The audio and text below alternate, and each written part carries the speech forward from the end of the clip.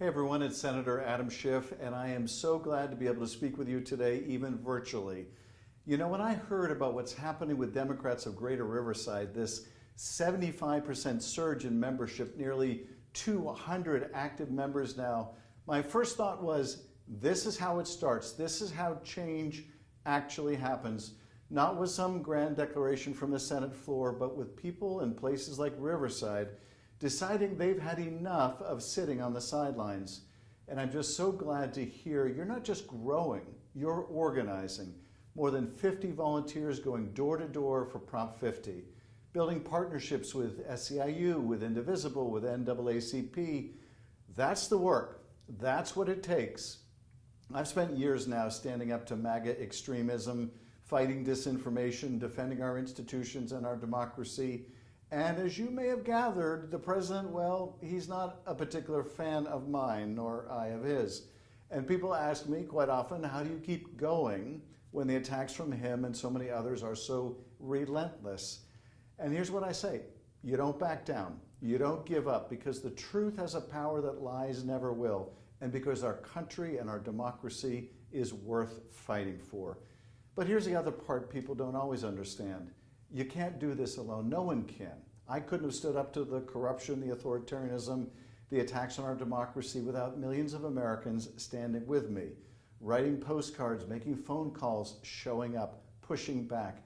You can't fight extremism from the top down. It has to be from the bottom up. It has to be people like you in communities like yours doing the daily work of organizing. That's why your canvassing for Prop 50 matters so much. Every door you knock on, every conversation you have with a neighbor who's not sure, who's checked out or who thinks their vote doesn't matter, that's where we win.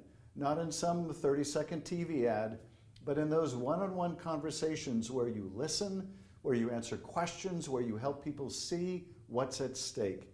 Because here's the thing, we don't win by just being against something. We win by being for something, for working families, for lowering costs, for real action on climate change, for an economy that works for everyone, not just those at the top, for healthcare that is affordable and accessible for everyone.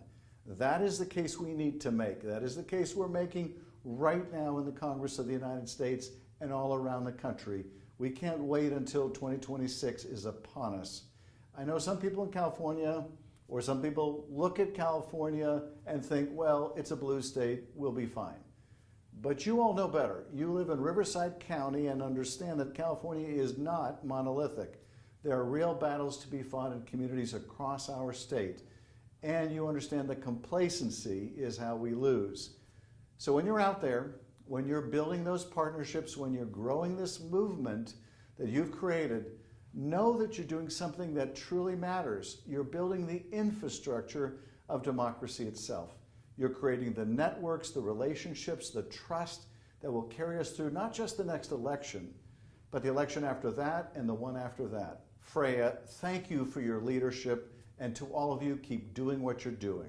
Keep organizing, keep having those tough conversations, keep showing up, because the work you're doing in Riverside, it's not just about Riverside.